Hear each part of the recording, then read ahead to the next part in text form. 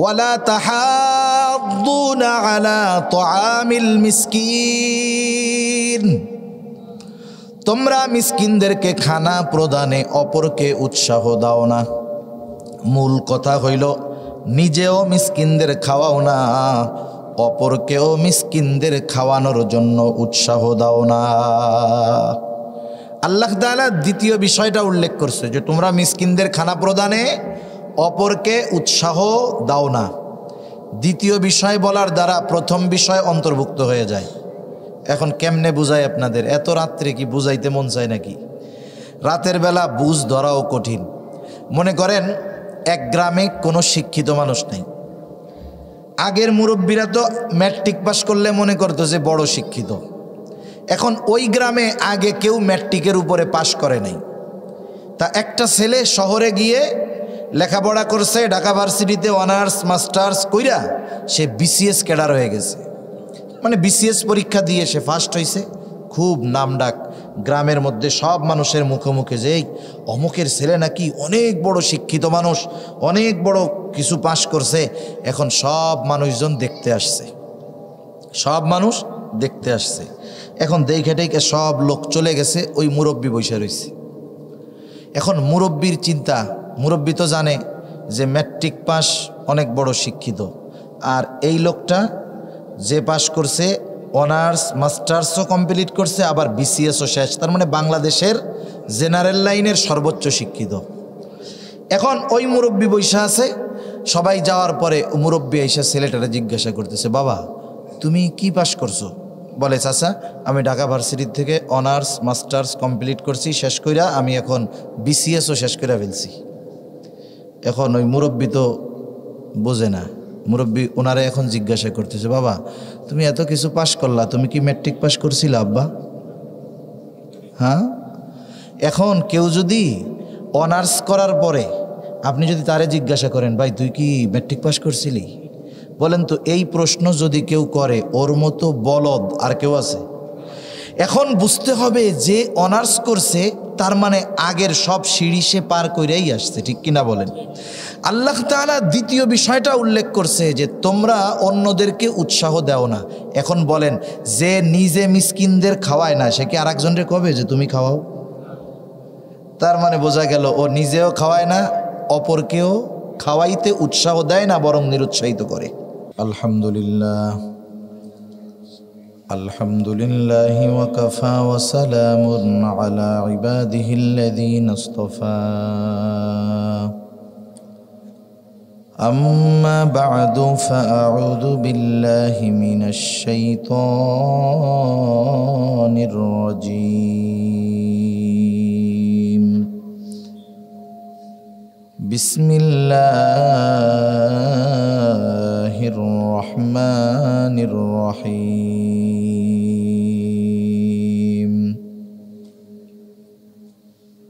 ফাআম্মাল ইনসানু ইযা মাবতালাহু রাব্বুহু ফাআকরামাহু ওয়া না'আমাহু ফায়াকুলু রাব্বি আকরামান।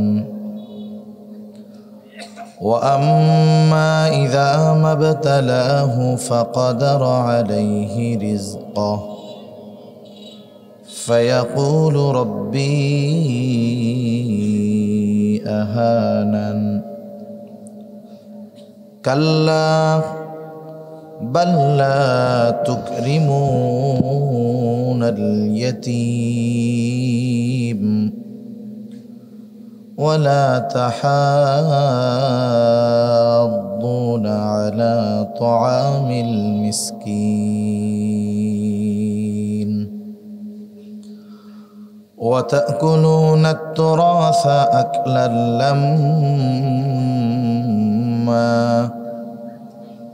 وتحبون المال حبا جما صدق الله العلي العظيم. اللهم صل على محمد وعلى آل محمد كما صليت على إبراهيم وعلى آل إبراهيم إنك حميد مجيد اللهم بارك على محمد وعلى آل محمد كما باركت على إبراهيم وعلى آل إبراهيم إنك حميد مجيد الحمد لله ঐতিহ্যবাহী ফরিদপুর জেলার অন্তর্গত বোয়ালমারী থানাধীন পোয়াইল নিধিপুর দৈবকীনন্দপুর মদিনাতুল উলুম গোরস্থান মাদ্রাসা ও ইয়াতিমখানার উদ্যোগে আয়োজিত ১৯তম বার্ষিক ওয়াজ মাহফিলের সম্মানিত শ্রদ্ধেয় সভাপতি হযরত মাওলানা শাহ মোহাম্মদ আকরাম আলী সাহেব বারাকাল্লাহু ফি হায়াতি, সকলে বলি আমিন। মুহতামিম ও শাইখুল হাদিস বাহিরদিয়া মাদ্রাসা সালথা। হযরত অল্প সময়ের মধ্যে খুবই গুরুত্বপূর্ণ কিছু কথা আমাদের সাথে আলোচনা করেছেন, আমাদেরকে বলেছেন। আল্লাহ তাআলা আমাদের হযরতের গুরুত্বপূর্ণ কথাগুলোর উপরে আমল করার তৌফিক দান করেন। আমন্ত্রিত উলামায়ে কেরাম, সামনে উপস্থিত মুরব্বিয়ানে কেরাম, সমবয়সী যুবক বন্ধু, স্নেহের ছোট ভাই এবং পর্দার অন্তরালে অবস্থানরতা সম্মানিতা শ্রদ্ধা মা ও বোন, আল্লাহ রাব্বুল আলামিনের দরবারে অগণিত শুকর যে মহান মালিক আমাদের হায়াতে বরকত দিয়ে সুস্থ রেখে এ গভীর রজনীতে হাদিসের ভাষায় জান্নাতের বাগানে আসার বসার কিছু কথা বলবার এবং শ্রবণ করবার সুযোগ যে মহান মনিব দিয়েছেন, সে মহান মনিবকে খুশি করার জন্য মোহাব্বতের সাথে জবান খুলে অন্তর থেকে আমরা একবার কালিমাতুশ শুকর পাঠ করি, আলহামদুলিল্লাহ। অগণিত দুরুদ ও সালাম সৈয়দুল আম্বিয়া, আশরাফুল আম্বিয়া, খাতামুল আম্বিয়া, ইমামুল মুরসালিন, রহমাতুল লিল আলামিন মুহাম্মাদুর রাসূলুল্লাহ সাল্লাল্লাহু আলাইহি ওয়াসাল্লামের উপর। আমি আপনাদের খেদমতে পবিত্র কোরআনুল কারীমের সূরাতুল ফজর থেকে কয়েকটা আয়াত তিলাওয়াত করেছি। আল্লাহ তাআলার কাছে তৌফিক চাই, অল্প সময়ের মধ্যে আল্লাহ তাআলা আমাকে কিছু কথা বলার সুযোগ করে দেন, যে কথাগুলো আমাদের সবার দুনিয়া এবং আখিরাতের জন্য কল্যাণকর হয়। সকলে বলি আমিন। যেহেতু রাত অনেক, আসলে বেশি রাত যদি মাহফিলে হয়, বেনামাজিদের কোনো টেনশন নাই, চিন্তায় পড়ে যায় নামাজিরা, ঠিক না? আগায় দেন, আওয়াজটা একটু ছেড়ে দেন হালকা, ঠিক আছে। রাত যত বেশি হয়, চিন্তা বেনামাজির চাইতে নামাজির বেশি হয়। সেজন্য বেশি রাত আপনাদের কষ্ট দেব না, শীতের রাত অনেক রাত। এজন্য অল্প সময়ের মধ্যে আমরা একটু আমাদের দিলের কানকে খোলা রেখে কথাগুলো বুঝবার নিয়তে আমরা শুনবো। আল্লাহ তাআলা আমাকে বলবার, আমাদের সকলকে আমল করবার তৌফিক আল্লাহ দান করেন।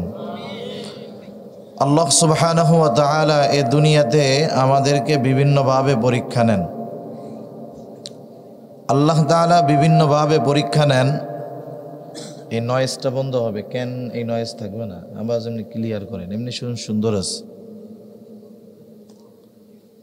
আল্লাহ সুবহানাহু ওয়া তাআলা বিভিন্নভাবে আমাদের পরীক্ষা নেন, আর মুমিনদেরকে এ দুনিয়াতে পরীক্ষার সম্মুখীন হওয়া লাগবে, এটা আল্লাহ তাআলার ঘোষণা। আল্লাহ রাব্বুল আলামিন বলেন, আহাসিবান নাস আন ইউতরাকু আন ইয়াকুলু আমান্না ওয়া হুম লা ইফতানুন। মানুষ কি এটা মনে করে নাকি সে বলবে আমি মুমিন, আর তাকে পরীক্ষা নেওয়া ব্যতীত ছেড়ে দেওয়া হবে? তার মানে আল্লাহ তাআলা বলেন, যে নিজেকে মুমিন দাবি করবে তার এই দাবির বিপরীতে পরীক্ষা দেওয়া লাগবেই। তাহলে এ দুনিয়ার জগতে আল্লাহ তাআলা আমাদের পরীক্ষা নেবেন, এ ব্যাপারে কোনো সন্দেহ নাই। এখন পরীক্ষাটা যে শুধু দুঃখ, কষ্ট, অভাব, যন্ত্রণা এগুলো দিয়েই আল্লাহ তাআলা নেন, বিষয়টা এমন নয়। অনেক সময় আল্লাহ রাব্বুল আলামিন সুখ, স্বাচ্ছন্দ্য, সচ্ছলতা, সম্পদ দিয়েও আল্লাহ তাআলা পরীক্ষা নেন। কিন্তু আমরা মানুষ, আমরা মনে করি যে পরীক্ষা মানেই হলো অভাব, অনটন, দুঃখ, কষ্ট, ক্লেশ। টাকা পয়সা থাকলে এটারে শুধু নেয়ামতি মনে করি, পরীক্ষা মনে করি না। খুশি হই, ভাবি দেখছো নামাজ কালাম না পড়লেও আল্লাহ কত টাকা পয়সা দিছে। যে ব্যক্তি নামাজ কালাম না পড়ে অনেক টাকার মালিক, সে দিনদার, নামাজি, অভাবগ্রস্ত মানুষকে পারলে টিটকারি করে বলে, দেখ নামাজ কালাম পড়ি না তাই আল্লাহ কত ভালোবাসে, আর নামাজ কালাম যদি খালি পড়তাম তোরা তো না খাইয়া মরিয়া যেতি সব। মানে বুঝাইতে চাই নামাজ কালাম পড়ে করস কি, তোরা তো না খাইয়া আসস। আর আমি যদি নামাজ কালাম পড়তাম, না পড়াই এই পাই, আর যদি পড়তাম তাহলে তোগো ভাগেরটাও পাইতি না, তোরা সব না খাইয়া মরতি। ওরা মনে করে যে সম্পদ, সম্মান মনে হয় আল্লাহ তাআলা ভালোবাসলেই দেয়। এখন বলেন তো, দুনিয়াতে দুনিয়াবি লাইনের সম্মান ফেরাউনের কি কম ছিল নাকি? কত বড় সালতানাতের বাদশাহ ছিল সে। দুনিয়াতে টাকা পয়সা কি কারুনের কম ছিল? আরে অন্যান্য কথা বাদ দেন, ইসলাম বিদ্বেষী যারা, ইসলাম মুসলমানদের বিরোধিতা করে যারা, এদেরকেও যদি রিকোয়েস্ট করেন, অনুরোধ করেন যে ভাই তোরে মাসে মাসে 500-1000 টাকা দিব, তুই তোর পোলাটার নাম ফেরাউন রাখিস, কেউ রাখবে? যদি বলে যে কাকা আপনার টেনশনের কারণ নাই, পোলাপান হইছে, টেনশন করেন না, মাসে মাসে 3000 ভাতা, কিন্তু পোলার নাম রাখবেন কারুন, রাখবেন কেউ? বলবেন যে আরে না খাইয়া মইরা যাই তাও তো ভালো, ফেরাউন, হামান, কারুন এ নামগুলো আমি রাখবো না। অথচ দেখেন ওরা কত বড় পাওয়ারফুল লোক ছিল। সম্পদের অভাব ছিল না কারুনের, ক্ষমতার অভাব ছিল না ফেরাউনের, ক্ষমতার অভাব ছিল না হামানের। এখন আমরা কি একথা বলবো যে আল্লাহ ফেরাউনরে ক্ষমতা দিছে এই জন্য আল্লাহ খুব ভালোবাসে তাকে? এটা বলবো? কেউ মানবে না এটা। তার মানে বোঝা গেল আল্লাহ তাআলা ভালোবাসলেই যে সম্পদ দেন তা না, আবার ভালো না বাসলেই যে অভাব দেন তাও না। আল্লাহ সুবহানাহু ওয়া তাআলা এই দুটো দিয়েই পরীক্ষা নিতে পারেন। কাউকে অভাব দিয়ে নেন, কাউকে সম্পদ দিয়ে নেন। কিন্তু আমরা মানুষ, আমাদের অভ্যাস হলো সম্পদ, সম্মান পাইলে আমি যত বড় গুনাহগার হই না কেন মনে করি নেয়ামত আল্লাহ ভালোবাসে। অভাবে পড়লে আমি যত বড় বুজুর্গ হই না কেন আমি মনে করি আল্লাহ মনে হয় আমারে ভালোবাসে না। আসলে বিষয়টা এমন নয়। এই কথাগুলোই আল্লাহ তাআলা বলতেছেন। সাথে সাথে এ দুনিয়ার জমিনে মানুষের রিজিক তথা জীবন উপকরণ, রিজক আরবি শব্দ, এই শব্দর বাংলা হলো জীবন উপকরণ। রিজক মানে শুধু টাকা নয়, রিজক মানে শুধু সম্পদ নয়, এক কথায় জীবন চলার জন্য যা কিছু প্রয়োজন সব কিছুকেই রিজক বলা হয়। কথা বুঝতেছেন তো? সাথে সাথে আল্লাহ রাব্বুল আলামিন কেন রিজিকের সংকীর্ণতা আসে এর কিছু কারণও আল্লাহ তাআলা আমাদেরকে জানিয়ে দিয়েছেন। আমরা দুনিয়াতে কেউ চাই না যে আমাদের রিজিকের মধ্যে সংকীর্ণতা আসুক, তথা জীবন চলার জন্য যা প্রয়োজন এগুলোর মধ্যে কোনো সংকীর্ণতা আসুক, কমতি আসুক, এগুলো কি আমরা কখনো কেউ চাই না।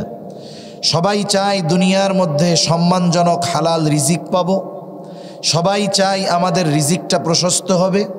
এজন্য আল্লাহ তাআলার কাছে দোয়াও করি, আল্লাহুম্মা রযুকনা রিজকান হালালান তাইয়্যিবা। আয় আল্লাহ, আপনি আমাদেরকে হালাল উত্তম রিজিক দান করেন।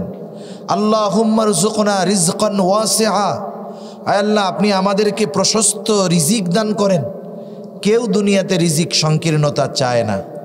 আমার মূল আলোচনা অল্প সময়ে যেটা হবে যে কোন কাজগুলোর কারণে রিজিক সংকীর্ণতা আসে, আমরা সেই কাজগুলো এই সূরার আয়াতগুলোর আলোকে জানব এবং ওই কাজগুলো থেকে নিজেরা বিরত থাকব ইনশাআল্লাহ।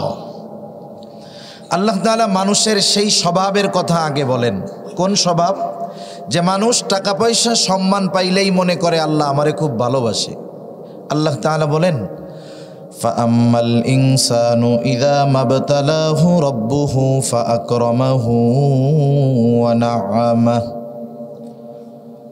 আল্লাহ রাব্বুল আলামিন বলেন, ফাআম্মাল ইনসানু ইযা মাবতালাহু রাব্বুহু, যখন মানুষের রব তাকে পরীক্ষা করার জন্য ফাআকরামাহু ওয়া নাআমাহু, যখন রব মানুষকে পরীক্ষা করার জন্য তাকে সম্পদ দেন, তাকে সম্মান দেন, নেয়ামত দেন, সম্পদ সম্মানকে সে পরীক্ষা মনে না করে সে বলতে থাকে আমার রব আমাকে সম্মানিত করেছে, ফায়াকুলু রব্বি আকরামান, সে বলে আমার রব আমাকে সম্মানিত করেছে। তার মানে এই সম্পদ এবং সম্মানকে সে আল্লাহ তাআলার ভালোবাসার মাপকাঠি হিসাবে মনে করে। এজন্য সে অনেক সময় অভাবগ্রস্ত দুরবস্থার শিকার মুমিনের সামনে নিজে গর্ব করে ওই কথা বলে, দেখো আল্লাহ তাআলা যদি আমাকে ভালো না বাসতো তাহলে এই রকম সম্মান এবং সম্পদের মালিক আল্লাহ তাআলা আমাকে বানাইতো না। কিন্তু আল্লাহ তাআলা এর পর আবার বলেন, মানুষের আরেকটা অভ্যাস হলো ওয়া আম্মাল ইনসানু ইযা মাবতালাহু ফাকাদারা আলাইহি রিজকাহু, আল্লাহ তাআলা যখন মানুষের পরীক্ষা নেওয়ার জন্য তার জীবন উপকরণ রিজিককে আল্লাহ তাআলা সংকীর্ণ করে দেয়। আল্লাহ রাব্বুল আলামিন যখন তাকে একটু অভাবগ্রস্ত করে দেয় পরীক্ষা নেওয়ার জন্য, সে তখন বলতে থাকে ফায়াকুলু রব্বি আহানান, আমার রব আমাকে অপমানিত করেছে। প্রথমবার সে বলে ফায়াকুলু রব্বি আকরামান, আমার রব আমাকে সম্মানিত করেছে সম্পদ দিয়ে, সম্মান দিয়ে। মূলত সে বলতে চায় আসলে আমি সম্পদ এবং সম্মানের উপযুক্ত ছিলাম, এই জন্যই আল্লাহ তাআলা আমাকে এগুলো দিয়েছে। আল্লাহ নেন পরীক্ষা, ও মনে করে আমি পাওয়ার মতো যোগ্য লোক। আল্লাহ নেন কি বলেন? পরীক্ষা, আর ও মনে করে আমি পাওয়ার মতো যোগ্য লোক, এই জন্যই পাইছি। আবার আল্লাহ তাআলা যখন অভাব দিয়ে পরীক্ষা নেন, ও মনে করে আমি পাওয়ার উপযুক্ত ছিলাম কিন্তু আল্লাহ দেয় নাই। নাউজুবিল্লাহ বলেন। আমাকে না দিয়ে আল্লাহ তাআলা আমাকে অপদস্থ করেছে, অপমানিত করেছে, বঞ্চিত করেছে। এই কথাটা বলার দ্বারা সে বরং আল্লাহ তাআলার বিরুদ্ধে একটা অমূলক অভিযোগ দাঁড় করায়। ওই যে বলে আমি পাওয়ার উপযুক্ত ছিলাম কিন্তু আল্লাহ তাআলা আমাকে দেয় নাই, এটা হলো আল্লাহর ব্যাপারে তার একটা অমূলক ভ্রান্তমূলক একটা অভিযোগ। এখন বলেন তো, আমার আপনার ব্যাপারে কেউ যদি এমন কোনো বিষয়ে দোষারোপ করে যেটার সাথে আমার আপনার কোনো সম্পর্ক নাই, আমি আপনি জড়িত নাই, মনে করেন একজন বলছে যে ওই কাজটা ওর জন্য হয়েছে কিন্তু আপনি এই কাজের সাথে জড়িত নয়, অথচ অভিযোগ যখন আপনার বিরুদ্ধে দাঁড় করানো হবে, আপনি যতই দুর্বল হন বলেন তো এই মিথ্যা অভিযোগের প্রতিবাদ করবেন কি করবেন না? করবেন তো। আর যদি শক্তিশালী হয়, ক্ষমতাধর হয়, তাহলে অভিযোগ করবে, উল্টা আরো মামলা দিয়ে ছাড়বে। এই মানুষগুলো যখন আল্লাহ তাআলার ব্যাপারে অভিযোগ দায়ের করে যে আমি সম্পদ সম্মানের উপযুক্ত ছিলাম কিন্তু আল্লাহ তাআলা আমারে দেয় নাই, আমাকে এগুলো থেকে বঞ্চিত করেছে, আল্লাহ রব্বুল আলামিন তার ব্যাপারে এই ভ্রান্ত মিথ্যা অভিযোগের জবাব দিয়ে বলেন, কাল্লা, তুমি যে বলতেছ যে আমি আল্লাহ তোমাকে এগুলো না দিয়ে অপমানিত করেছি, তুমি এই সম্পদ সম্মানের উপযুক্ত ছিলা, আমি আল্লাহ দেই নাই, আমি আল্লাহর ব্যাপারে অভিযোগ দায়ের করতেছ। আল্লাহ তাআলা বলেন, কাল্লা, তোমার এই ধরনের দাবি কখনোই সত্য নয়। তুমি যেই দাবিটা করছো এটা ভ্রান্ত দাবি, এটা মিথ্যা দাবি। আল্লাহ তাআলা তার ব্যাপারে এই ভ্রান্ত মিথ্যা অমূলক দাবি অস্বীকার করার সাথে সাথে তার রিজিক সংকীর্ণতার কারণগুলো আল্লাহ তাআলা বর্ণনা করে দেয়। কেমন যেন আল্লাহ তাআলা বলতেছেন, সাউন্ডটা একটু বাড়াও,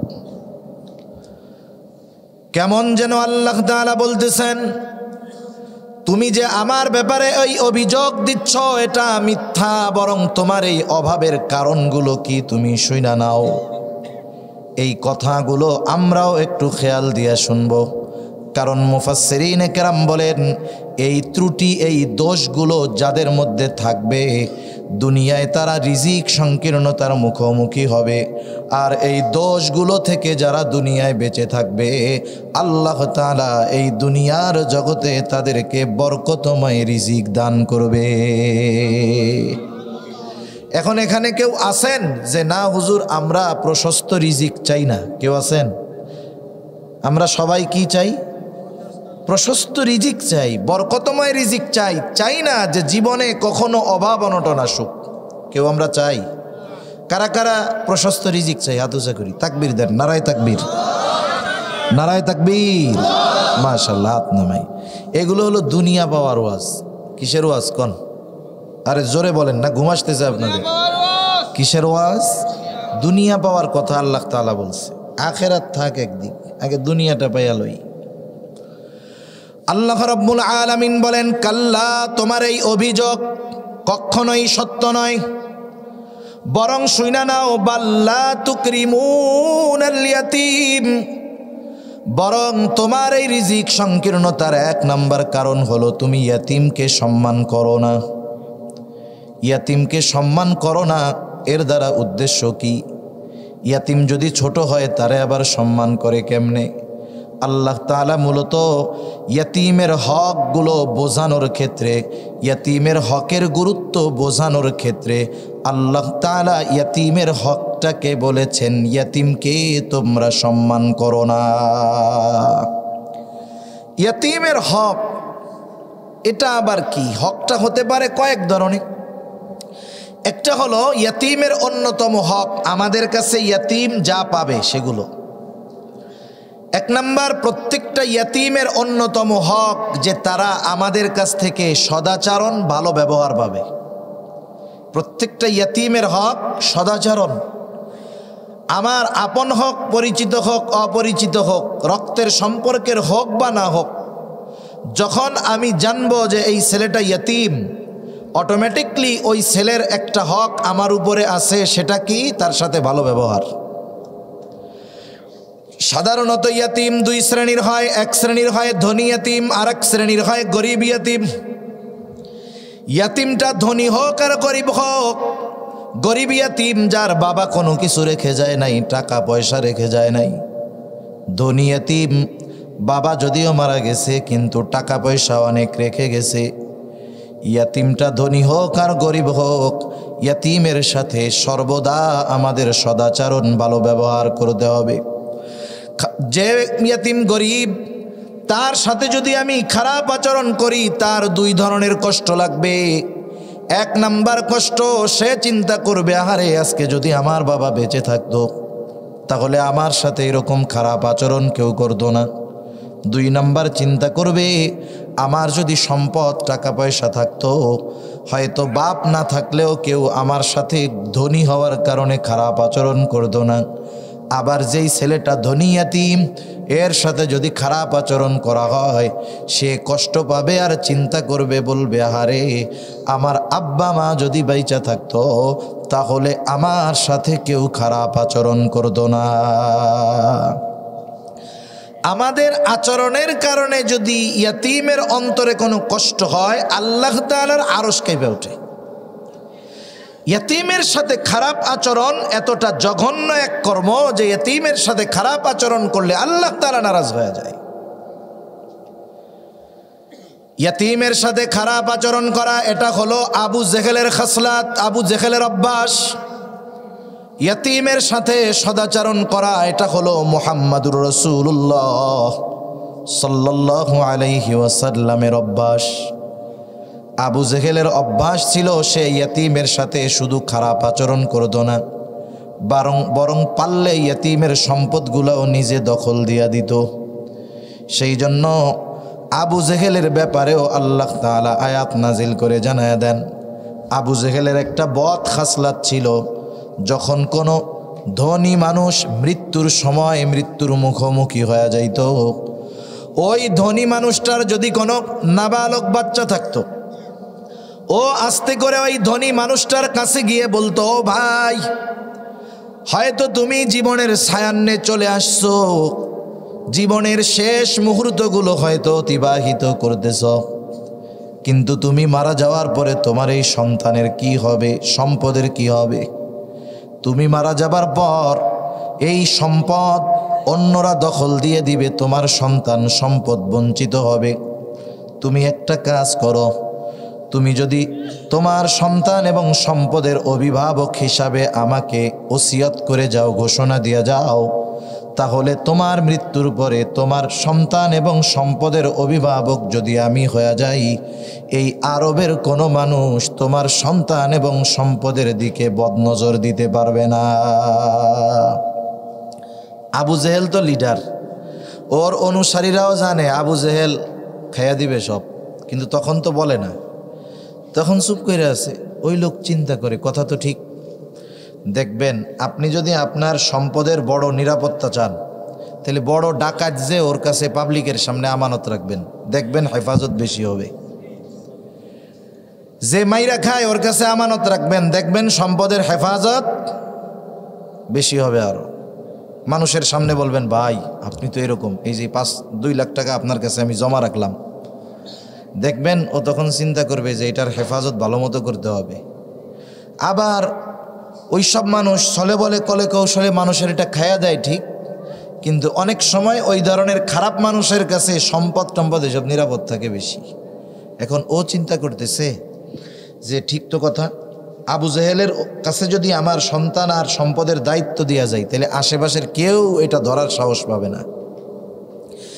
এই চিন্তা করে যখন মানুষটা মানুষের সামনে ঘোষণা দিত যে আমার মৃত্যুর পর আমার সম্পদ এবং সন্তানের অভিভাবক হলো আবু জেহেল, এইবার লোকটা যখন মারা যাইত, ওই ছোট্ট শিশুটা যখন বালেগ হইতো, বড় হইতো, সে তার সম্পদটা যখন আবু জেহেলের কাছ থেকে ফেরত চাইতে যাইত, আবু জেহেল ঘাড়টা ধাক্কা দিয়া বাইর করে দিত এবং ওই ইয়াতীমের সম্পদ নিজে ভক্ষণ করে ফেলত। সেজন্য ইয়াতীমের সাথে খারাপ আচরণ করা এটা হলো আবু জেহেলের কাজ। রাসূল আকরাম সাল্লাল্লাহু আলাইহি ওয়াসাল্লামের কাছে একজন সাহাবী আসছে। আয়েশা বলে, ইয়া রাসূলুল্লাহ, আপনি আমাকে এমন একটা আমল শিখায়া দেন যার দ্বারা আমার কঠিন হৃদয়টা নরম হয়ে যাবে। একজন সাহাবী আয়েশা বলতেছে, ইয়া রাসূলুল্লাহ, আমার হৃদয়টা বড় কঠোর, আমাকে এমন একটা আমল শিখায়া দেন যার দ্বারা আমার এই কঠোর হৃদয়টা নরম হয়ে যাবে। নবীজি তাকে বললেন, ওয়ামসাহ রাসিল ইয়াতীম ওয়া আত'ইমিল মিসকিন। ওয়ামসাহ রাসাল ইয়াতীম, তুমি ইয়াতীমের মাথায় হাত বুলায়া দাও আর মিসকিনদের খানা খাওয়াও, আল্লাহ তাআলা তোমার কঠিন হৃদয়টাকে নরম বানায়া দিবে। সেজন্য আমরাও মাঝে মধ্যে ইয়াতীমদের মাথায় হাত বুলায়া দিব, ইয়াতীমদের সাথে একটু সদাচরণ করব, ইয়াতীমের হৃদয়ের কথাটা একটু বোঝার চেষ্টা করব, মাঝে মধ্যে একটু কথা শুনবো। কারণ ইয়াতীম যার বাবা নাই সে বোঝে বাবা না থাকার যন্ত্রণা। একটু তার কষ্টটাও আমি একটু নিজের মধ্যে নেওয়ার চেষ্টা করব, তার দুঃখের কথা শুনবো। দেখবেন ইয়াতীম আপনার কাছে যদি মন খুলে কথাগুলো বলতে পারে, তাহলে সেও আল্লাহ তাআলার কাছে আমার আপনার জন্য দোয়া করবে।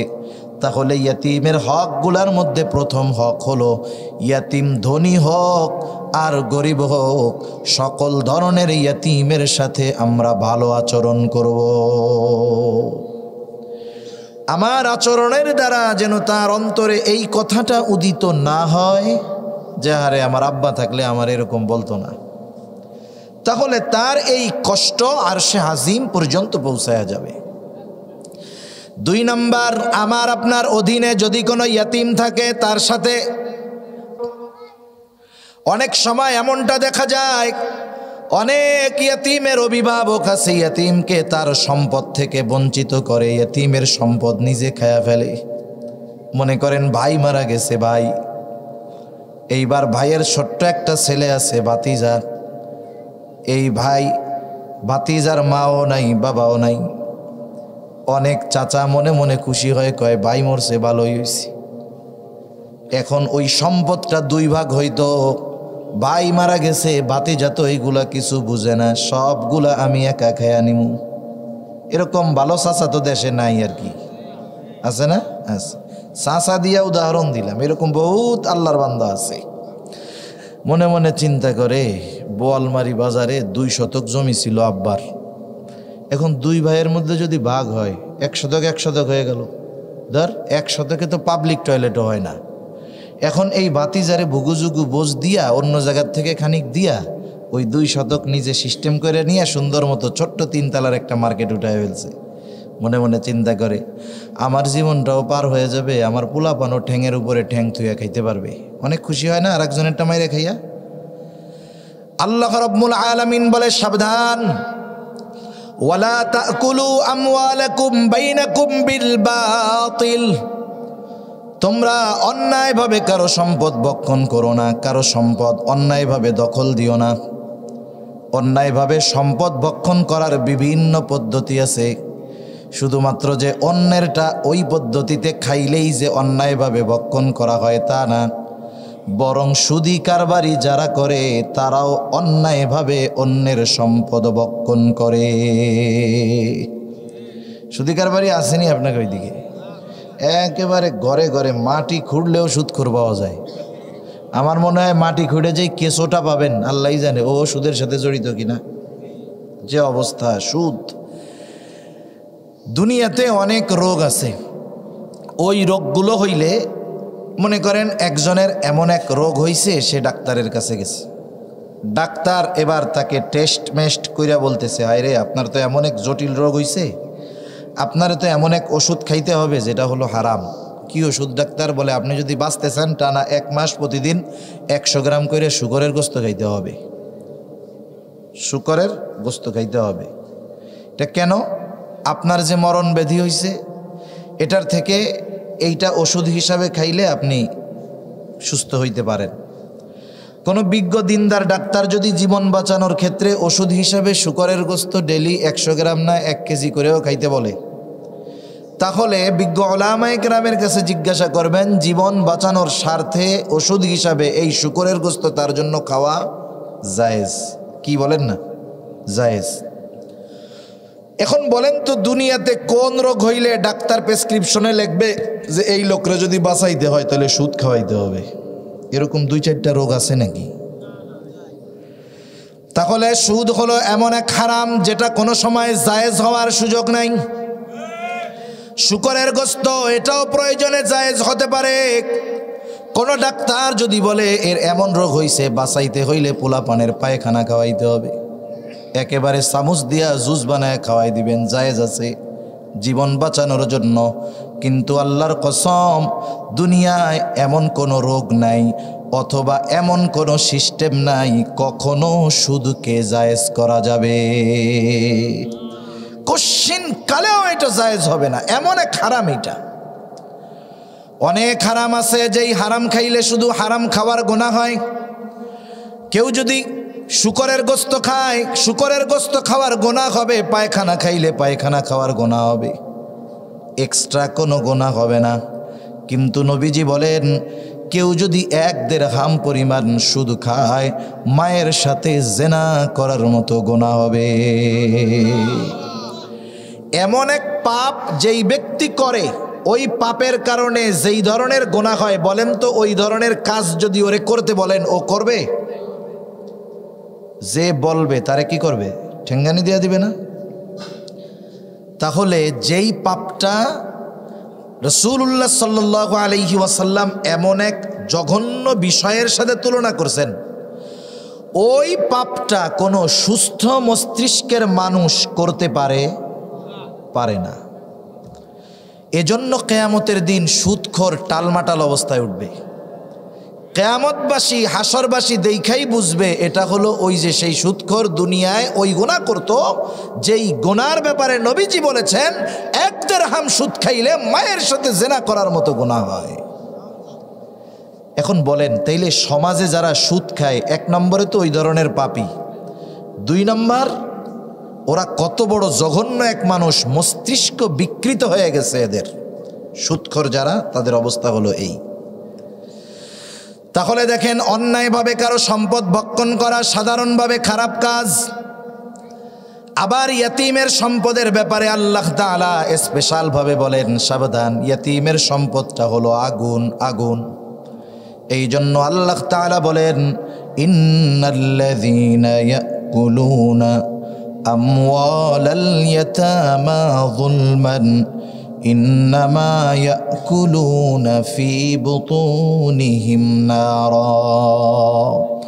আল্লাহ রাব্বুল আলামিন বলেন, নিশ্চয়ই যারা অন্যায়ভাবে ইয়াতীমের সম্পদ ভক্ষণ করে, ইন্নামা ইয়াকুলুনা ফি বুতুনিহিম নারা, তারা কেমন যেন আগুন দ্বারা তাদের পেট ভরপুর করে।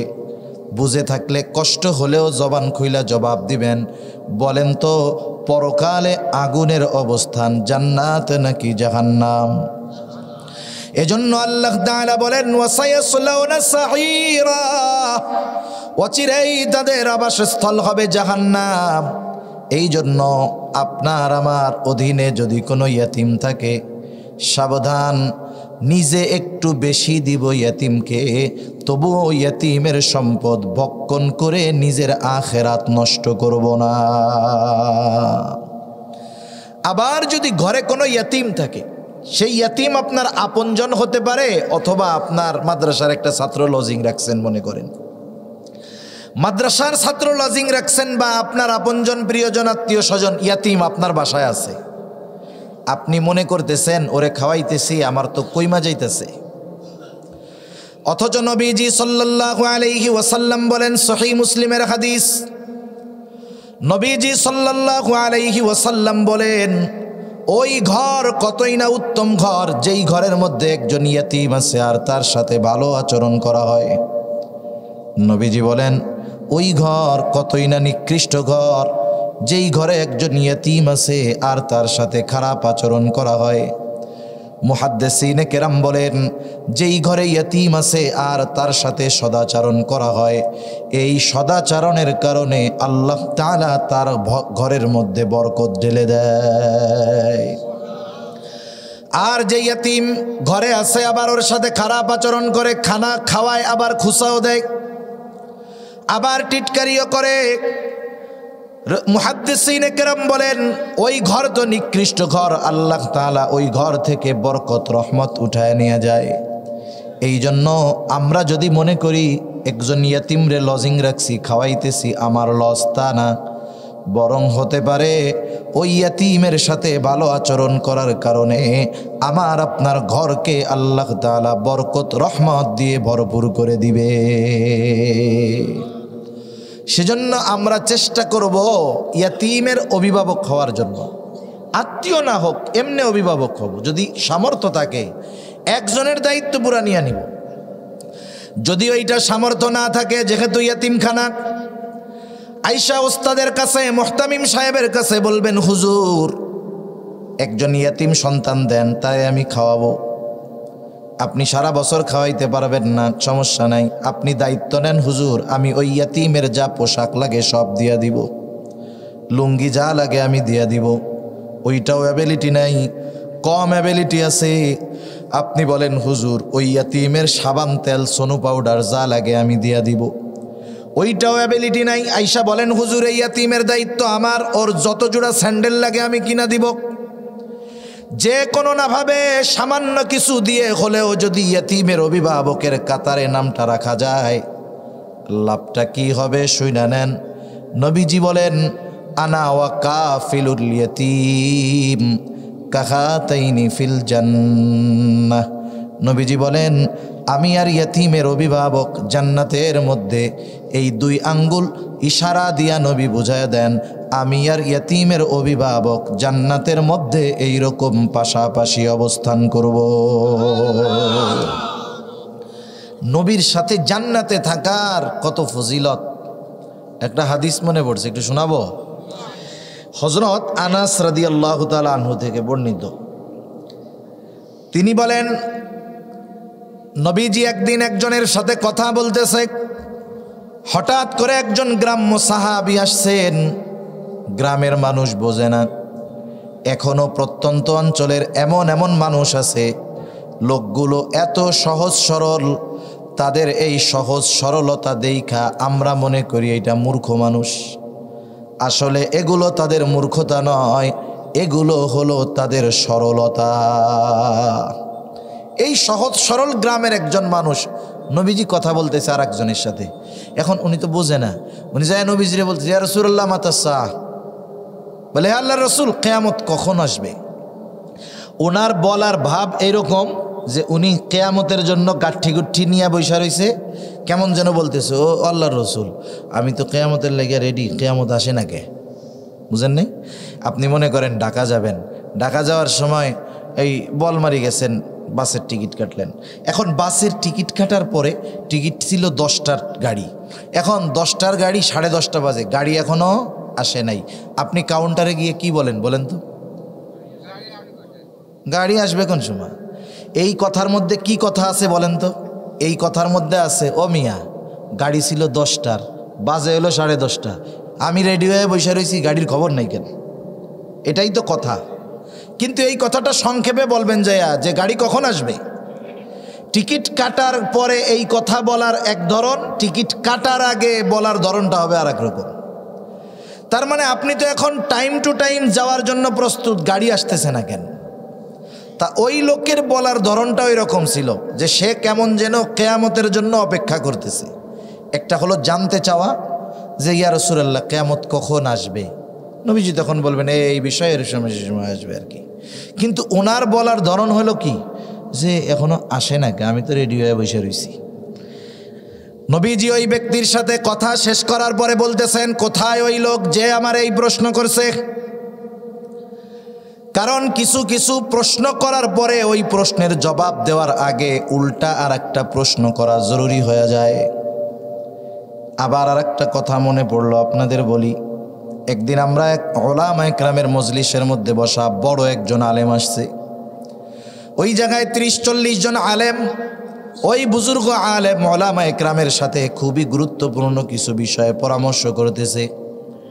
দরজাটা আটকায়া আর একজনকে দরজার সামনে পাহারায় দিয়ে রাখছে যে এখন বাইরের কাউরে ঢুকতে দিবা না, হুজুর একটু ব্যস্ত। কিন্তু দরজার মধ্যে একজন বারবার টোকা দিচ্ছে, খুব ইমার্জেন্সি। বড় আলেম যিনি আসছেন তার সাথে আমার একটু খুবই জরুরি কথা আছে। ওখান থেকে বলা হচ্ছে একটু পরে, বলে না আমার জানতেই হবে, খুবই জরুরি বিষয়।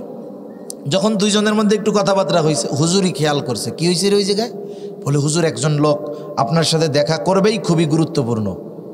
এখন সবাই আমরা দেখতেছি, ওরে আল্লাহ কি বিষয় গুরুত্বপূর্ণ। ওই লোকটা হুজুরের একবারে কাছে এসে বসছে।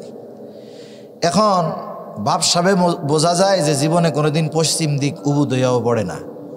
পশ্চিম দিক পড়তে গেলে চিন্তা করে যদি ওই দিক মাথা কপাল পড়ে যায় সেজদা একটা তো হয়ে যাইতে পারে, ভাবসাব ওই রকম।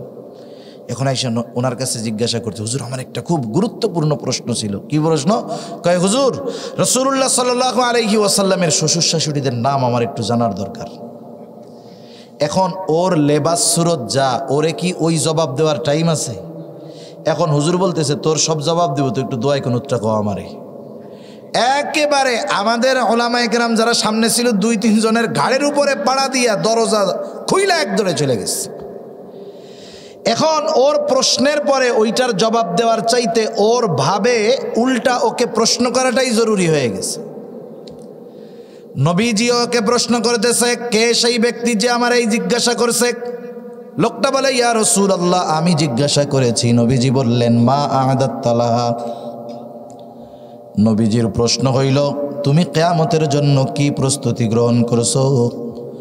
ওই লোকটা সহজ সরলভাবে জবাব দিয়ে দিল, আমি আল্লাহ এবং তার রাসূলকে ভালোবাসি। নবীজিও তার এই কথার পরে বললেন, আল মারউ মা'a মান আহাব্বা। এইবার লোকটা আর কিছু জিজ্ঞাসা করে না, বাড়ির পথে হাঁটা দিছে। তার মানে নবীজি বলেছে যে যাকে ভালোবাসে তার সাথে অবস্থান করবে। লোকটা চলে গেল। হযরত আনাস রাদিয়াল্লাহু তাআলা আনহু বলেন, নবীজির মুখে এই কথাটা শ্রবণ করবার পর, ঈমান আনার পরে আমরা এতটা খুশি হই নাই যতটা খুশি নবীর সাথে থাকতে পারবো এই খবর পায়া আমরা হয়েছি। বলতেছে ঈমান আনার পরে যখন শুনছি যে নবীজির সাথে আমরা থাকতে পারবো জান্নাতেও, তখন আমরা এত খুশি হইছি যে ঈমান আনার পরে আর কোনো কথায় আমরা এত খুশি হই নাই। সুবহানাল্লাহ। ওই সুযোগ নবীজি বিভিন্ন পদ্ধতিতে আমাদের দিয়ে গেছেন। এই জন্য আমরা চেষ্টা করব ইয়াতীম অসহায় যদি কেউ থাকে তার সামান্য কিছু বিষয়ের অভিভাবক হওয়ার জন্য হলেও, এটা যদি পারি আমি একটা ছাত্ররে লজিং রেখা পড়াবো, খাওয়াবো, আল্লাহর কসম লস হবে না। ওই ছেলেটা যদি হাফেজ আলেম হয়, ওর থেকে হাফেজ আলেম হবে, তাদের থেকে হবে। ওর মাধ্যমে কিয়ামত পর্যন্ত যত ছাত্র কোরআন শিখবে, শিখাবে, আপনি লজিংওয়ালা, কোনো সন্দেহ নাই ওই শিখানোওয়ালা, শিখনেওয়ালা ওদের থেকেও একটা সওয়াবের অংশ আমল নামায় যোগ হয়ে যাবে। এজন্য আমরা যদি সামর্থ্য থাকে, গ্রাম অঞ্চল যেহেতু লজিংয়ের সিস্টেম মনে হয় আছে না, এদিকে আমরা রাখার চেষ্টা করবো তো ইনশাআল্লাহ। আপনি যদি ওরে একটু ভালোবাসেন, ইয়েতিম ছেলে, আপনি খান নুন দিয়ে, সকালবেলা মরিচ পেঁয়াজ আর রাত্রের বাসি ডাইল দিয়ে খান। আর কি পেঁয়াজ দিয়ে খাবেন কেমনি, যে দাম, বাবারে বাবা। তা দেখেন আপনি যাই খান, কিন্তু ওরে যদি একটু আদর কইরা খাওয়ান, ও দেখবেন আলু ভর্তা ডাইল দিয়ে খাইয়া খুশি হবে। কিন্তু গোস্ত টোস্ত খাওয়ান ঠিক মতো, কিন্তু ব্যবহার ভালো করেন না, ওর হৃদয়ে কষ্ট লাগবে। আপনি যাই খান, ওরে একটু আদর করে যদি খাওয়ান, ও খুশি হবে। কতটুকুই বা খাবে? নবীজির কথা, বরকত হয়ে যাবে ঘরের মধ্যে, রহমত আসবে, আল্লাহ তাআলা বরকতের দুয়ার খুলে দিবে ইনশাআল্লাহ। এজন্য আমরা ইয়াতিমদের সাথে সদাচরণ করব, ভালো ব্যবহার করব, তাদের হক আদায় করব, তাদের সম্পদ কখনো অন্যায়ভাবে ভক্ষণ করব না, ইয়াতিমদের সাথে খারাপ আচরণ করব না। আল্লাহ তাআলা সেই কথাই বলে, শোনো, তোমাদের রিজিক সংকীর্ণতার অন্যতম কারণ তোমরা ইয়াতিমকে সম্মান করো না। তাহলে ইয়াতিমকে সম্মান না করলে রিজিকের মধ্যে সংকীর্ণতা আসে। মুফাসসিরিনে কেরাম বলেন, ইয়াতিমদের হক আদায় করলে আল্লাহ তাআলা রিজিক প্রশস্ত করে দেয়। এরপরে আল্লাহ রাব্বুল আলামিন বলেন, ওয়ালা তাহাদ্দুনা আলা তুআমিল মিসকিন, তোমরা মিসকিনদেরকে খানা প্রদানে অপরকে উৎসাহ দাও না। মূল কথা হইল নিজেও মিসকিনদের খাওয়াও না, অপরকেও মিসকিনদের খাওয়ানোর জন্য উৎসাহ দাও না। আল্লাহ তাআলা দ্বিতীয় বিষয়টা উল্লেখ করছে যে তোমরা মিসকিনদের খানা প্রদানে অপরকে উৎসাহ দাও না। দ্বিতীয় বিষয় বলার দ্বারা প্রথম বিষয় অন্তর্ভুক্ত হয়ে যায়। এখন কেমনে বুঝাই আপনাদের? এত রাত্রে কি বুঝাইতে মন চায় নাকি? রাতের বেলা বুঝ ধরাও কঠিন। মনে করেন এক গ্রামে কোনো শিক্ষিত মানুষ নেই। আগের মুরব্বীরা তো ম্যাট্রিক পাস করলে মনে করতো যে বড় শিক্ষিত। এখন ওই গ্রামে আগে কেউ ম্যাট্রিকের উপরে পাশ করে নাই। তা একটা ছেলে শহরে গিয়ে লেখাপড়া করছে, ঢাকা ভার্সিটিতে অনার্স মাস্টার্স কইরা সে বিসিএস ক্যাডার হয়ে গেছে। মানে বিসিএস পরীক্ষা দিয়ে সে ফার্স্ট হয়েছে, খুব নামডাক গ্রামের মধ্যে, সব মানুষের মুখে মুখে যে অমুকের ছেলে নাকি অনেক বড় শিক্ষিত মানুষ, অনেক বড় কিছু পাশ করছে। এখন সব মানুষজন দেখতে আসছে, সব মানুষ দেখতে আসছে। এখন দেখে টেকে সব লোক চলে গেছে, ওই মুরব্বি বসে রয়েছে। এখন মুরব্বির চিন্তা, মুরব্বি তো জানে যে ম্যাট্রিক পাস অনেক বড় শিক্ষিত, আর এই লোকটা যে পাশ করছে অনার্স মাস্টার্সও কমপ্লিট করছে, আবার বিসিএসও শেষ, তার মানে বাংলাদেশের জেনারেল লাইনের সর্বোচ্চ শিক্ষিত। এখন ওই মুরব্বি বৈশা আছে, সবাই যাওয়ার পরে মুরব্বি এসে ছেলেটারে জিজ্ঞাসা করতেছে, বাবা তুমি কি পাস করছো? বলে, চাচা আমি ঢাকা ভার্সিটি থেকে অনার্স মাস্টার্স কমপ্লিট করছি, শেষ কইরা আমি এখন বিসিএসও শেষ করে ফেলছি। এখন ওই মুরব্বি তো বোঝে না, মুরব্বি ওনারা এখন জিজ্ঞাসা করতেছে, বাবা তুমি এত কিছু পাস করলা, তুমি কি ম্যাট্রিক পাস করছিলা আব্বা? হ্যাঁ। এখন কেউ যদি অনার্স করার পরে আপনি যদি তারে জিজ্ঞাসা করেন, ভাই তুই কি ম্যাট্রিক পাস করছিলি, বলেন তো এই প্রশ্ন যদি কেউ করে, ওর মতো বলদ আর কেউ আছে? এখন বুঝতে হবে যে অনার্স করছে তার মানে আগের সব সিঁড়ি সে পার করেই আসছে, ঠিক কিনা বলেন? আল্লাহ তাআলা দ্বিতীয় বিষয়টা উল্লেখ করছে যে তোমরা অন্যদেরকে উৎসাহ দাও না। এখন বলেন, যে নিজে মিসকিনদের খাওয়ায় না সে কি আর একজনকে কবে যে তুমি খাওয়াও? তার মানে বোঝা গেল ও নিজেও খাওয়ায় না, অপরকেও খাওয়াইতে উৎসাহ দেয় না, বরং নিরুৎসাহিত করে। এখন বিষয় হলো, অনেক সময় আমরা মনে করি অনেক জায়গায় ওলামায়ে কেরাম ওয়াজ নসিহতের মধ্যে 40 জিয়াফত 4 দিনা বাৎসরিক খাওয়াইতে মানা করে, আছে না নাই? এখন বলবে হুজুরও তো ওই দলের লোক, নিজেও খাওয়ায় না, অপরকেও খাওয়াইতে নিরুৎসাহিত করে। না না, বরং খাওয়ানোটা হতে হবে স্থান, অবস্থান এবং সঠিক পদ্ধতিতে। আপনি খাওয়ান, অসুবিধা নাই। আমরাও এক সময় জিয়াফত খাওয়ানো দেখছি, অনেক মানুষ এমন দেখেছি। কারণ আমার আর আপনাদের সংস্কৃতি, সভ্যতা এটা অনেক দূরত্বের নয়। এই আশেপাশের সব এলাকার তবিয়ত প্রায় এক ধরনের।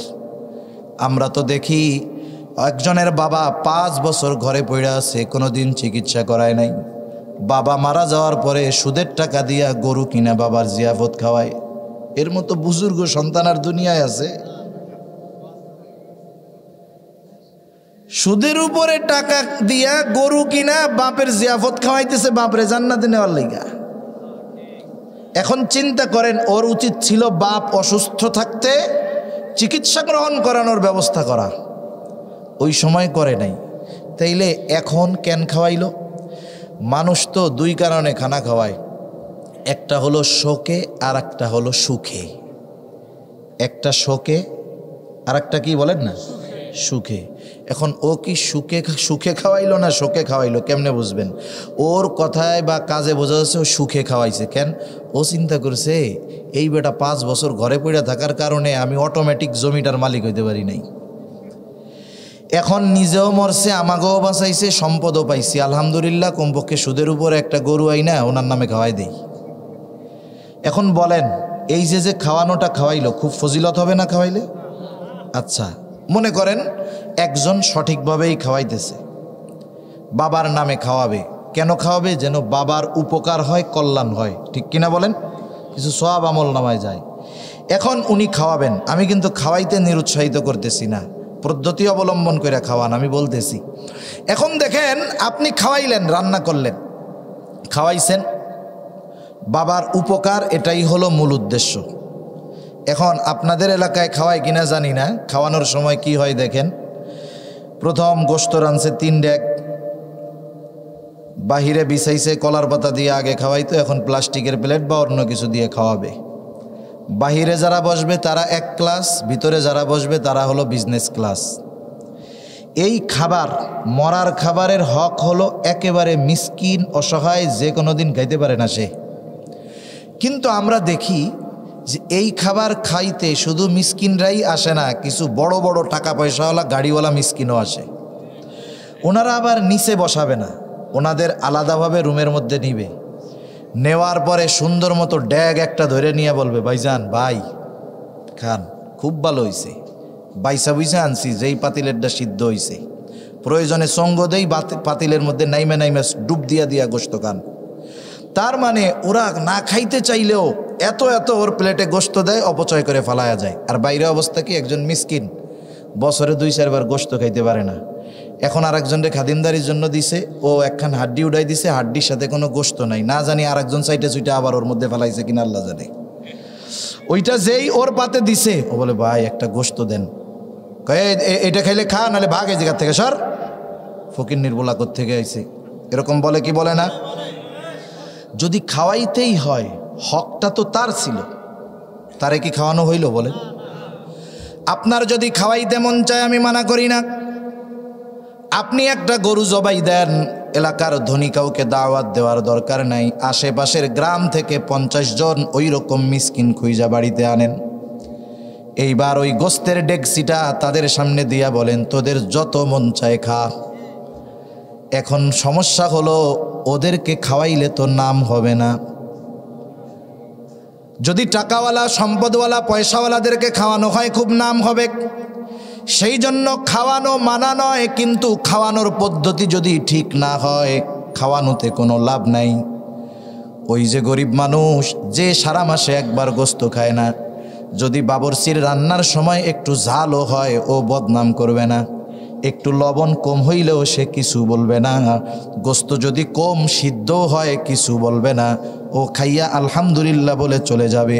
কিন্তু আমার মতো মানুষ যে প্রায় দিনেই খায়, এরে যদি গোস্ত খাওয়ানোর শেষে তিনজন একসাথে চলতেছে, বলে দোস্ত কেমন হইল, আর একজনকে দূর ওটা জবর ফাজিল, কি হয়েছে, কয় দেখিস না এই যে বিরিয়ানি রাঁধছে এর মধ্যে এমনভাবে গোলাপ জল দিছে যাতে ঘেরা নেই অর্ধভোজন হয়ে যায়, মানে পাবলিক জানি না খাইতে পারে, ঘেরা নেই কুবোকাত। আর একজনকে কি গোস্ত যে রানলো, কোত্থেকে যে বাবস্তি আনছে, আমার মনে হয় ইচ্ছা করে জাল বেশি দিছে রে, আমি খাইতে পারি নাই। আর একজন বলে তুই খাবি কেমনে, গোস্ত টাইনা ছিঁড়ার লাগে তো বুলডোজার দরকার ছিল, যে শক্ত। আর একজনকে ও আসলে আমাকে ফাঁকি দিছে, ও মনে হয় একবারে মরা তাজা যেটা ছিল বাজারে অসল গরু ওইটা কম দামে কিনাই না আমাকে খাওয়াইছে। এখন বলেন তো, যেই লোক খাওয়াইলো তার সামনে যদি ওই আল্লাহর বান্দারা এই কথাগুলো বলে, ওনার খুব খুশি লাগবে না? ভারী খুশি লাগবে না? ভারী খুশি লাগবে। এখন দেখেন, এক নাম্বার হলো হাদিসের মধ্যে আসছে খাবারের দোষ ত্রুটি বর্ণনা করা। আমি দাওয়াত দিয়া খাওয়াইয়া ওদেরকে খাবারের দোষ ত্রুটি বর্ণনা করার সুযোগ দিয়া দিলাম, কারণ ওরা তো প্রত্যেক দিন খায়। কিন্তু যে না খায় জীবনে মাসে একবারও পায় না, ওরে খাওয়ানো কিচ্ছু বলবে না, ও বলবে আলহামদুলিল্লাহ যা খাইছি ভালো খাইছি। আবার দেখেন আর একজন যখন বলবে দেখ আমাকে সাথে সিটিংবাজি করছে, দাওয়াত দিয়াই না একবারে বুড়া গরু খাওয়াইছে যাতে না খাইতে পারি, এই যে ওই লোকের বিরুদ্ধে একটা মিথ্যা ধারণা করা হলো, এটা হলো কবিরা গুনাহ। একটা কবিরা গুনাহ, একটা গীবতের গুনাহ এক পাল্লায় যদি রাখা হয়, সারা জীবন মানুষকে খাওয়ানোর সওয়াব যদি এক পাল্লায় রাখা হয়, কোনো সন্দেহ নাই গীবতের গুনার পাল্লাটা ভারী বেশি হবে। সেই জন্য আপনি যদি খাওয়াইতে চান, খাওয়াবেন আল্লাহ তাআলার জন্য। যেই খাবারের উপযুক্ত যে আপনি তাকে খাওয়ান, কোনো অসুবিধা নাই, কিন্তু বাস্তবতা হলো এটা হয় না। নবীজিও সাধারণভাবে খাওয়ানোর ফজিলতের কথা বলছেন। একজন লোক নবীজির কাছে আইসা প্রশ্ন করতেছে, আইয়ুল ইসলামি খাইর, ইসলামের মধ্যে সর্বোত্তম আমল কোনটা? নবীজি ছিলেন উম্মতের রুহানি ডাক্তার। একই প্রশ্ন যদি একাধিক ব্যক্তি করত, ব্যক্তির অভাব দিতেন। এই ব্যক্তির প্রশ্নের জবাবে নবীজি বললেন, তুতঈমুত তাআম ওয়া তাকরাউস সালাম আলা মান আরাফতা ওয়া মান লাম তারিফ। নবীজি বলেন, তুমি মানুষকে খানা খাওয়াও আর পরিচিত অপরিচিত সবাইকে বেশি বেশি সালাম দাও। তাহলে মানুষকে খানা খাওয়াও, নবীজি কোনো স্তর বিন্যাস করেন নাই। একজন ফকির গরিব মানুষ, সেও যদি আল্লাহর সন্তুষ্টির জন্য কোটিপতিকে খানা খাওয়ায়, বলেন তো ফজিলত আছে না নাই? আপনি আপনার সন্তানকে বিবাহ দিয়েছেন, অলিমা করবেন, মেয়ের বিবাহ দিবেন, সামর্থ্য আছে, ছেলের বিবাহ দিবেন, আত্মীয় স্বজন দাওয়াত দিয়া খাওয়াইছেন, বলেন তো আল্লাহর জন্য যদি খাওয়ানো হয় ফজিলত আছে না নাই? কিন্তু খাওয়াইয়া টাওয়াইয়া যদি এক দরজা রাখছেন, টেবিল একটা পাইতা বসছেন, তাইলে ফজিলত আছে না নাই? আরে আছে তো, টাকা পয়সার ফজিলত আছে না? এইটাই তো বড় ফজিলত। আবার কতজন কিন্তু ফর্দ রাইখা দেয়, মনে করেন উনি দাওয়াত দিছে, দেখে যে ওরা আইসা 5 জন খেয়ে দিছে 1000, 2 বছর পরে দাওয়াত দিছে, ওই ফর্দ বাইর করে যে ও তো আমরাও দাওয়াত দিছিলাম, দেহ তো কয় টাকা দিছিল। এখন বউ কয় যে ওরা কিন্তু 5 জন আইসা খাইছে। আচ্ছা টাকা দিছে কত? কয় টাকা দিছে তো 1000, তাহলে 200 করে ভাগে পড়ছে, জায়গা তো লস হয়েছে মনে হয়। এইবার ওরা চিন্তা করে আমরাও শোধ নিমু কেমনে। এইবার বিয়ার দাওয়াত দিছে, ওনরা তো 2 জন আর কেউ নাই। এবার মাইয়ারে ফোন দিছে, এই অমুক দিন অমুকে দাওয়াত দিছে, নাতিপুতা সবাইরে নিয়ে আসিস। এইবার কয়জন নই আইসা এক টেবিলে বসে আর কি না, এক টেবিলে 10 জন খেয়ে দেয়, টাকা দিয়ে দিছে 1000। কয় দেখ দিছি দিছি টাকাইয়ে। পাবলিকও চালাক কম না। আগে শহরে মানুষ বিবাহ দিত, একটা কার্ড দেওয়া যাইতো, বলতো আপনাদের সবার দাওয়াত।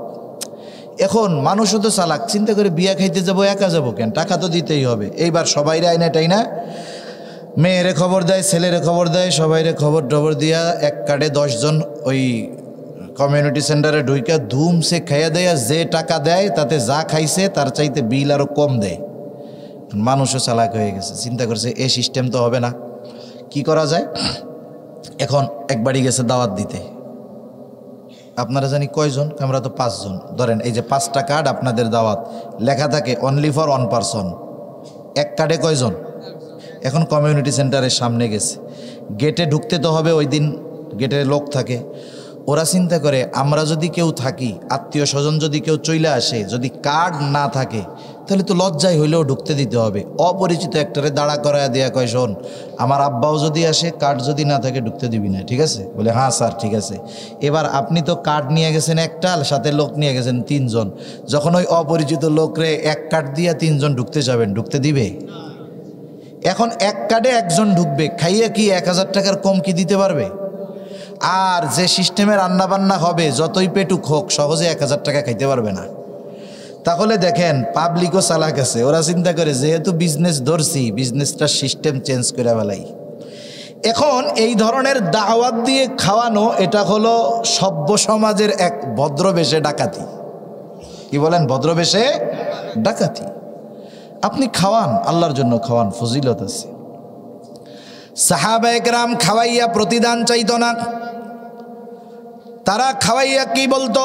ইন্নামা নুতইমুকুম লিওয়াজহিল্লাহি লা নুরিদু মিনকুম জাযাআও ওয়ালা শুকুরা।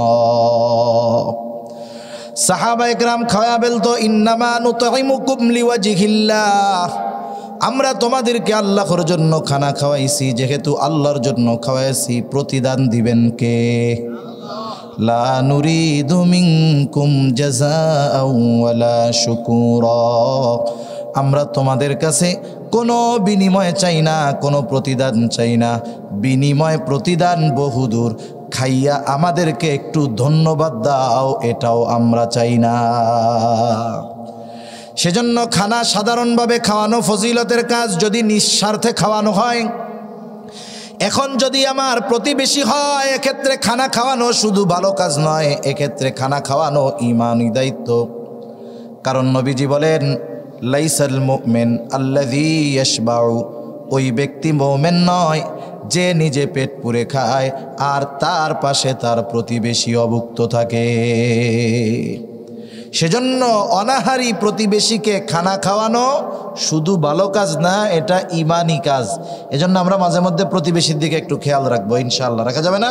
গরিব অসহায় অনেক আছে, আপনার ছেলে বিদেশে আছে, চাকরি করে, আপনি খাইতে পান অনেক, মাঝে মধ্যে একটু কিছু রান্না করলেন, তাদের দিলেন, এতে হৃদ্রতা, ভালোবাসা বাড়বে।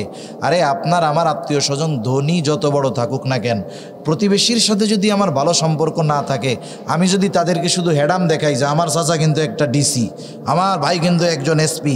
এখন মনে করেন আপনি একদিন গভীর রাতে স্ট্রোক করছেন, ওই এসপি ডিসি আছে ঢাকা। এখন ওরা যদি পাশের থেকে বলে তোর এসপি ডিসি আছে না, তোরে তারা হাসপাতালে নিয়ে যাবে, ওরা আসতে আসতে আপনার হায়াত শেষ। এজন্য সর্বক্ষেত্রে দেখবেন, যখন মানুষ বিপদে পড়ে, ধনী মানুষ বিপদে পড়লে ধনী মানুষ অগ্রসর হয় না, বরং আশেপাশের গরিবরাই আগে সহযোগিতার জন্য দৌড়ায়। ঠিক কিনা বলেন? এজন্য আমার আপনার প্রতিবেশী যদি অভাবী দরিদ্র থাকে, তাদের সাথে আমরা আমাদের হৃদ্রতা, ভালোবাসা, মহব্বত বাড়াবো। আর মিসকিন অসহায়দের খানা খাওয়ানো, এটা তো আরও ফজিলতের কাজ। এই কাজটা নিজেও করব, অন্যকেও উৎসাহ দিব যে ভাই মিসকিনদের খানা খাওয়াও, এতে আল্লাহ তাআলা বরকত দিবে। আর জিয়াফত, চল্লিশা মল্লিশা এই সব বাদ দিয়া খাবারটা যদি আসলেও মৃত মা বাবার কল্যাণের জন্য খাওয়াই, খরচটা যদি তাদের কল্যাণের জন্যই করে থাকি, তাহলে ওই খরচটা এমন জায়গায় করব যেন কিয়ামত পর্যন্ত এই খরচের উপকার ওই মা বাবা কবরে শুয়া শুয়া পাইতে থাকে। মসজিদে একটা মসজিদ বানায় দেন, টাকা আছে, আপনার টাকা পয়সা আছে, মাদ্রাসা বানায় দেন, একটা ঘর করে দেন, খরচটা দিয়া একজন ইয়াতিম অসহায়কে আলেম বানানোর চেষ্টা করেন, এগুলো আসল কাজে লাগবে। তাহলে রিজিক সংকীর্ণতার দ্বিতীয় কারণ হলো ওরা নিজেরাও মিসকিনদের খাবার দেয় না, অপরকেও খাবার দিতে উৎসাহ দেয় না। আমরা মিসকিন অসহায়দের খানা খাওয়াবো, নিজের যদি সামর্থ্য না থাকে আরেকজনকে খানা খাওয়ানোর জন্য উৎসাহ দিব তো ইনশাআল্লাহ। খাওয়াবো ঠিক, কিছু খরচ হবে, কিন্তু বেশি দিবেন কে? আল্লাহ। 3 নাম্বার কারণ রিজিক সংকীর্ণতার, ওয়াতাকুলুনাত তুরাসা আকলাল লাম্মা, তোমরা ওয়ারিসি সম্পদ সব একা ভক্ষণ করে ফেলো। যদিও ইয়াতিমদেরটা স্পেশালভাবে উল্লেখ করা হয়েছে যে তোমরা ইয়াতিম যারা আছে তারা উত্তরাধিকার সূত্রে যেই সম্পদ প্রাপ্ত হওয়ার কথা সবটা নিজেরা খেয়ে নাও। কিন্তু মুফাসসিরিনে কেরাম বলেন এখানে সব ধরনের ওয়ারিসি সম্পদ উদ্দেশ্য। দেখেন, একটা লোকের মনে করেন 2টা মেয়ে, একটা ছেলে, ছেলেটা বড়, মেয়ে 2টা ছোট। বাবা মেয়ে 2টাকে বিবাহ দিল। কিছুদিন পরে বাবা দুনিয়া থেকে চলে গেল। বাবা অনেক সম্পদ রেখে গেছে। মারা যাওয়ার পরে সন্তানের দায়িত্ব কি? 1 নাম্বার দায়িত্ব, সন্তান তার বাবার দাফন কাফনের সব ব্যবস্থা করবে। ঋণ যদি থাকে বাবার সম্পদ থেকে ঋণগুলা দিয়ে দিবে, যদি বাবার না থাকে সন্তান দিবে। বাবার যদি থাকে বাবার সম্পদ থেকে দিয়ে দিবে। এরপরে বাবার যদি কোনো ওসিয়ত থাকে আর ওই ওসিয়তটা তার রেখে যাওয়া সম্পদের সর্বোচ্চ 3 ভাগের 1 ভাগ হয়। মনে করেন আছে 9 লাখ টাকা, ওসিয়ত করছে যে 3 লাখ টাকা মাদ্রাসায় দিয়া দিবি, তাহলে এই পর্যন্ত সন্তান ওসিয়ত মানতে বাধ্য। কিন্তু বাপ যদি মরার আগে বলে আমি মরার পরে সব সম্পদ ওই জায়গায় দিয়া দিবি, এই ওসিয়ত সন্তান কার্যকর করতে বাধ্য নয়। তাহলে ওসিয়ত পূরণের মেয়াদ হলো সমুদয় সম্পদের 3 ভাগের 1 ভাগ। যদি ওসিয়ত করে থাকে ওসিয়তটা পূরণ করবে। এরপরে অবশিষ্ট যেই সম্পদ জমি জাতি টাকা পয়সা যা আছে উত্তরাধিকার প্রাপ্ত সূত্রে যারা মালিক ওয়ারিসদের মাঝে বন্টন করে দিবে। এই ক্ষেত্রে আমাদের দেশের অনেক বড় ভাই চুপ হয়ে থাকে, কিছু কয় না। কারণ যদি বন্টন হয় তাহলে তো সম্পদ ভাগাভাগি হয়ে যাবে। বলেন তো, বাবার সন্তানের মধ্যে ছেলের যেমন হক আছে মেয়ের তেমন হক আছে না নাই? পরিমাণ যা হোক আছে তো নাকি? আগের আমলে মুরব্বী যারা ছিল মহিলারা, এরা আসলে সহজ সরল ছিল। পুরুষরা তো চালাক ঠকবাজ, এমনভাবে ওই মহিলাগুলারে কনভার্ট করছে। যদি ওই মুরব্বী মহিলাদেরকে বলা হয়তো আপনি তো আপনার বাবার বাড়ি অনেক সম্পদ পাইছেন, আপনার সন্তানেরা অভাবে আছে, সম্পদটা নিয়ে আসেন, কইতো এরকম জিব্বা একটা বাইর করে আস্তাগফিরুল্লাহ, বাবার বাড়ির সম্পদ আনতে হয় না, এগুলো আগুন আনতে হয় না। তার মানে ওর মাথার মধ্যে ঢুকাই দিছে বাবার বাড়ির সম্পদ খাওয়া হারাম, নাউজুবিল্লাহ গণ। অথচ বাবার সম্পদে মেয়ের হক এটা নির্ধারণ করছে দুনিয়ার কেউ না, আল্লাহ। আল্লাহ এখন দায়িত্ব হলো ওই বোনদের সম্পদগুলো দিয়ে দেওয়া। আর অল্প সময়, আমি 10 মিনিটের মধ্যে শেষ করে দিব। কিন্তু দেখেন অনেক ভাই আছে দিবে না, সম্পদ বন্টন করে না। ওই যে আমের সময় কিছু বোনরা আসে, 2-4-10 দিন থাকে, আম কাঁঠাল দিয়া দেয়, পুকুরে বিলে কয়টা মাছ হয়, মাছ মারলে ওই জায়গাতে 2-4টে পাঠায় দেয়। বোনরাও কিছু কয় না, উনিও মনে মনে খুশি। প্রত্যেকবার দাওয়াত দেয়, ভাগনাদের মামা আসতে বলে। এখন 10-15 বছর এভাবে পার হয়েছে, বোনরা আর কিছু নেয় নাই। 15 বছর পরে এসে কইতেছে 2 বোনে মিলা যে ভাই এই 15 বছর তো আমাকে স্বামীর চাকরি বাকরি ছিল, টাকা পয়সা লাগে নাই, এখন আমার পোলাটারে লেখাপড়া করাই, আমার তো টাকা পয়সা দরকার। তা বাবার যেই সম্পদগুলো আছে আমাগোটা একটু আমাকে দিয়া দিলে ভালো হয়। বাবা মরার 15 বছর পরে আইসা যদি বোনরা ভাইয়ের কাছে তাদের হক চায়, ভাই খুশি হবে না একেবারে? দেখবেন কি চেহারার মধ্যে আর তাকানো যায় না। ও জানে যে রাখতে পারবে না। আগে যেই মামি আসলে দুধ ভাত খাওয়াইতো, ছোটবেলায় কবিতা পড়ছি না, মামি আসলে দুধ ভাত খাওয়াইতো, যখন সম্পদটা নিয়ে যাবে দুধ ভাত না জাটার বাড়ি দিবে। আগে আইসা চইলা যাইতে চাইলে কইতো কি যে না না আর 5 দিন থেকে যা। আর এখন ঘরে ঢোকার আগে বলবে যাবা কবে, সব তো নিয়েই গেছো। ঠিক কিনা বলেন? তার মানে এতকালের মোহাব্বত ভালোবাসা ছিল সম্পদের জন্য। এখন দেখেন এই যে সম্পদটা, এই ওয়ারিসি সম্পদ, ওর ধান্দা ছিল সব একা খাবে। সেই জন্যই তো হকটা ফেরত দিতে তার কষ্ট হয়। মানুষ মনে করে আমি বোনদেরকে ঠকায়া, ফুফুদেরকে ঠকায়া, প্রতিবেশী গরিবরে ঠকায়া, বাইরে ঠকায়া, বোনরে ঠকায়া আমার নামে জমিজাতি বেশি হইতেছে, সম্পদ বেশি হচ্ছে, অনেক টাকা পয়সার মালিক হচ্ছি, কাজ হবে না।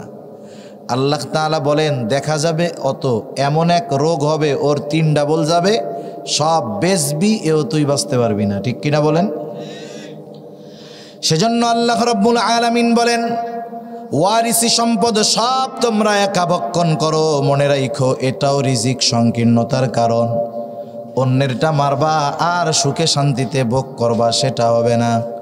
4 নম্বর কারণ আল্লাহ তাআলা বলেন ওয়াতাকুলু নাতুরাসা আকলাল্লাম্মা ওয়া তুহিব্বুনাল মালা হুব্বান জাম্মা। পরিপূর্ণ দুনিয়ার মোহাব্বত। কোন কোন মুফাসসির বলেন এই যে 3টা কর্ম মানুষ সম্পাদন করে, কারণ মানুষ দুনিয়াতে যত পাপ আছে সব পাপের সাথে দুনিয়া জড়ায়া আছে, দুনিয়া জড়ায়া আছে। মানুষ সুদ খায়, পাপ আখেরাতের জন্য খায় না, দুনিয়ার জন্য খায়। মানুষ আরেকজনের বিরুদ্ধে মামলা দেয়, মাথা ফাটায় ফেলে। একদল আর এক দলকে মাথা ফাটায় ফেলে, অত্যাচার করে, জুলুম করে, আরেকজনের ডামাইরা খায়, ঘুষ খায়। বলেন তো দুনিয়ার জন্য নাকি আখেরাতের জন্য? দুনিয়ার জন্য। তার মানে যত পাপ আছে সব পাপের পেছনে আছে দুনিয়া। এই জন্য নবীও বলেন হুব্বুদ দুনিয়া রাসু কুল্লি খাতিআহ, দুনিয়ার মোহাব্বত সকল গুনাহের মূল। যার মধ্যে দুনিয়ার মোহাব্বতটা পরিপূর্ণভাবে ঢুইকা যায়, সে ইয়াতীমের সাথে খারাপ আচরণ করতে পারে, সে মিসকিনদের সাথে খারাপ আচরণ করতে পারে। যার মধ্যে দুনিয়ার মোহাব্বত প্রবল হয়ে যায়, সে ওয়ারিসি সম্পদ সহ অন্যের হক মাইরা খাইতে পারে। আল্লাহ তাআলা জানায় দেন বান্দা এই বিষয়গুলো যদি তোমার মধ্যে থাকে তোমার রিজিক সংকীর্ণ হয়ে যাবে। আর যদি এই বিষয়গুলো নিজের থেকে বের করতে পারো, উপার্জন অল্প হলেও আল্লাহ তাআলা ওই অল্প উপার্জনের মধ্যে বরকত দিয়া দিবে, তোমার রিজিককে আল্লাহ তাআলা প্রশস্ত করে দিবে। সেজন্য আমরা সকলেই দুনিয়ায় চাই যে আমাদের জীবন উপকরণগুলো আমরা সহজে যেন পাওয়া যায়। সকলে চাই না আমরা? তাহলে আমরা ইয়াতিমদের সাথে ভালো ব্যবহার করব, মিসকিনদের খানা খাওয়াবো। আমার কাছে যদি কেউ কোনো হক পায়, আমি এগুলো হাসি মুখে তাদেরকে ফিরায় দিব, সাথে সাথে আখেরাতের মোহাব্বতকে, আখেরাতের চিন্তাকে অন্তরের মধ্যে প্রাধান্য দিব। তাহলে এ দুনিয়াটাও আমার জন্য আল্লাহ তাআলা আসান এবং বরকতময় করে দিবে। আল্লাহ সুবহানাহু ওয়া তাআলা আমাদের সবাইকে কথাগুলো বুঝবার, আমল করবার তৌফিক দান করুন। সকলে বলি আমিন। ওয়া আখিরু দাওয়ানা আলহামদুলিল্লাহি রাব্বিল আলামিন। আসসালামু আলাইকুম ওয়া রাহমাতুল্লাহি ওয়া বারাকাতুহু।